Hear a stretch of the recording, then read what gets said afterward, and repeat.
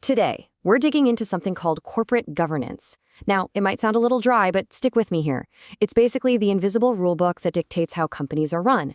And honestly, it's the very foundation of trust in our entire economy. So here's how we're going to break it down. We'll kick things off with a story about a startup that, well, flew a little too close to the sun. Then we'll use that story to figure out the rules of the game, meet the people who are supposed to be the referees, and see how the whole idea of winning in business is changing. And you'll see how it all comes down to one crucial thing: trust. So let's jump in.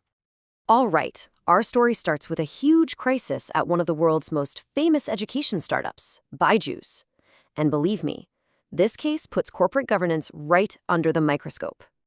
And this quote, wow, it just gets right to the heart of the problem. The entire culture was just grow, grow, grow, no matter what. You see this a lot with these high-flying startups. The pressure from investors is just relentless. And when the only thing that matters is getting bigger, faster, and locking in that next higher valuation, the basic fundamental rules for running a stable business can get thrown right out the window. So what did this actually look like on the inside? Well, the red flags were waving everywhere. In June 2023, the company's auditor, Deloitte, just up and quit. Why? They cited extreme delays in getting the financial info they needed. Now, you have to understand, an auditor resigning is a massive deal. It's a huge warning flare to the entire market. And as if that wasn't enough, 3 key board members also left around the same time. It was a clear sign that the whole system was prioritizing crazy growth over basic transparency and stability. The thing about the Byju's crisis is it wasn't just a couple of bad decisions. It was a failure of the entire system that's supposed to stop those things from happening in the first place. So what exactly is that system? What are these rules of the game? At its core, corporate governance is pretty simple. It's like the operating system for a company. It's the whole framework of rules and practices that make sure a company is being managed in the best interest of everyone involved, from the shareholders who own it to the customers who use its products. You can just think of it as the rule book that keeps everybody honest and accountable. Now, to really get that rule book, you have to know about 2 big ideas that are kind of competing with each other. The first is called agency theory. It's basically built on a healthy dose of skepticism. It says, hey, managers might just look out for themselves, so we need strong rules to keep them in line. The other idea is stewardship theory. This one's built more on trust. It sees managers as caretakers or stewards who naturally want to do what's best for the company. And that tension between skepticism and trust is what really shapes how a company is governed. Okay, so if governance is the rule book, then who are the referees? Who are the key players out on the field making sure the game is played fairly? You can think of it like a ladder of accountability. On the bottom rung, you have management, the folks who run the day-to-day stuff. But watching over them is the board of directors, who are chosen by the company's owners.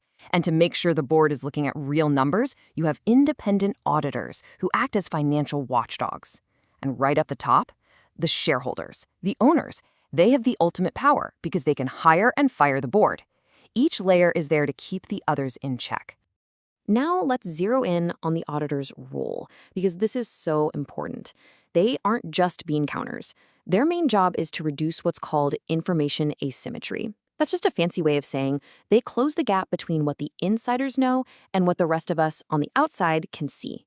They're there to build confidence that the financial reports are legit. And that is precisely why Deloitte walking away from Byju's was such a disaster. The watchdog was basically yelling, I can't do my job here anymore. But wait, how can thousands or even millions of shareholders actually use their power? I mean, for a long time, it was really hard.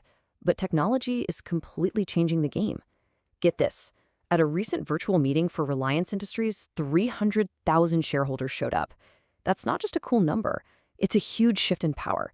It's making it easier than ever for the real owners of a company to show up and demand accountability.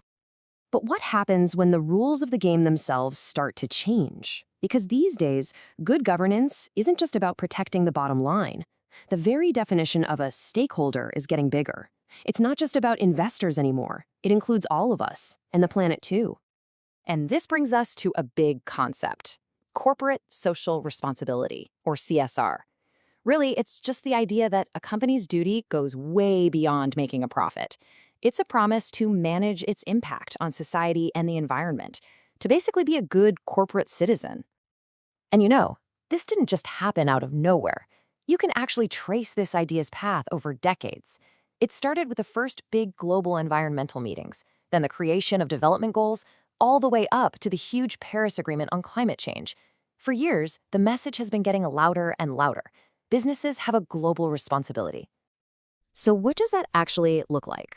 Well, it means that a company's good deeds are no longer just random acts of charity. They're being tied directly to global goals. So an education program isn't just nice PR. It's a direct contribution to the UN's goal for quality education. This whole framework turns CSR from a fuzzy idea into a real, measurable effort.